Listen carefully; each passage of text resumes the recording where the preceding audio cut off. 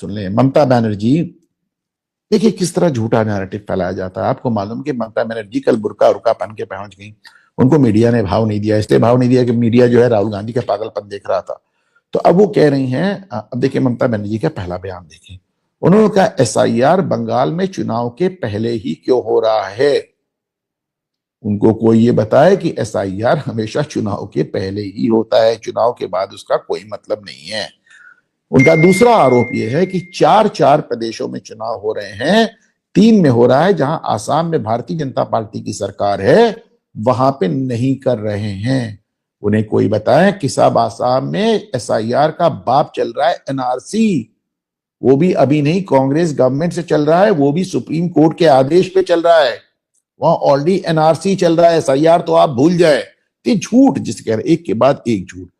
और फाइनली उनका एक तीसरा बयान है। बयान क्या है, इसको इस तरह समझें कि सुप्रीम कोर्ट में आज ममता बनर्जी की सरकार ने यह कहा, आपको मालूम है कि ईडी पर जो हमला हुआ था उसमें ईडी सुप्रीम कोर्ट गई थी, तो उसमें जवाब में उन्होंने ये कहा कि ईडी की याचिका सुनने लायक नहीं है, क्योंकि ऐसा ही एक मामला कलकत्ता हाईकोर्ट में चल रहा है, इसलिए 2 जगह नहीं हो सकता। आपने इससे बड़ी मूर्खतापूर्ण बात सुनी है कि कह रहे हाईकोर्ट में मामला चल रहा है इसलिए सुप्रीम कोर्ट नहीं सुन सकता। अरे हाईकोर्ट में चल रहे मामलों को सुप्रीम कोर्ट रोज सुनता है, पहली बात। दूसरी बात, कलकत्ता हाईकोर्ट ने आदेश दिया है कि चूंकि सुप्रीम कोर्ट में मामला चल रहा है इसलिए हम कलकत्ता हाईकोर्ट में इसको नहीं सुनेंगे। आप झूठ बोल रही हैं, आप कह रही हाईकोर्ट में चल रहा है मामला, नहीं चल रहा है। हाईकोर्ट ने, कोलकाता हाईकोर्ट ने कह दिया, कलकत्ता हाईकोर्ट ने लिख के आदेश किया है कि सुप्रीम कोर्ट में जब तक मामला खत्म नहीं हो जाएगा हम नहीं सुनेंगे, लेकिन आप फिर भी झूठ बोल रही हैं।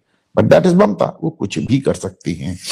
फाइनली वहां पे एक ओपिनियन पोल इंडिया टुडे ने दिया है, जिसमें उन्होंने कहा कि 42% वोट बीजेपी लाएगी, लेकिन सीटों में बहुत कम रह जाए, क्योंकि 42% है, ममता बनर्जी को तो 51% मिल जाएंगे, 52% मिल जाएंगे। एकदम फर्जी पोल है। मैं आपको बताता हूं, ममता बनर्जी का जो वोट है कुछ पॉकेट्स में है, वहां तो निकाल लेंगे। जैसे आप नक्शा देखिए पश्चिम बंगाल का, ये मुस्लिम डोमिनेटेड एरियाज हैं जहां पे ग्रीन है, ममता का सारा वोट यहां है। बाकी हिस्से में क्या होगा भाई, तुम्हारा जो 50% वोट है इस बेल्ट में खर्च हो जाएगा। बाकी जगह अगर 42% वोट भाजपा को मिल गया तो फिर तो बंगाल स्वीप हो जाएगा साहब, क्या बात कर रहे हैं। But then India today, Rajdeep Sardesai, इन लोग के बारे में क्या ही कहा जा सकता है।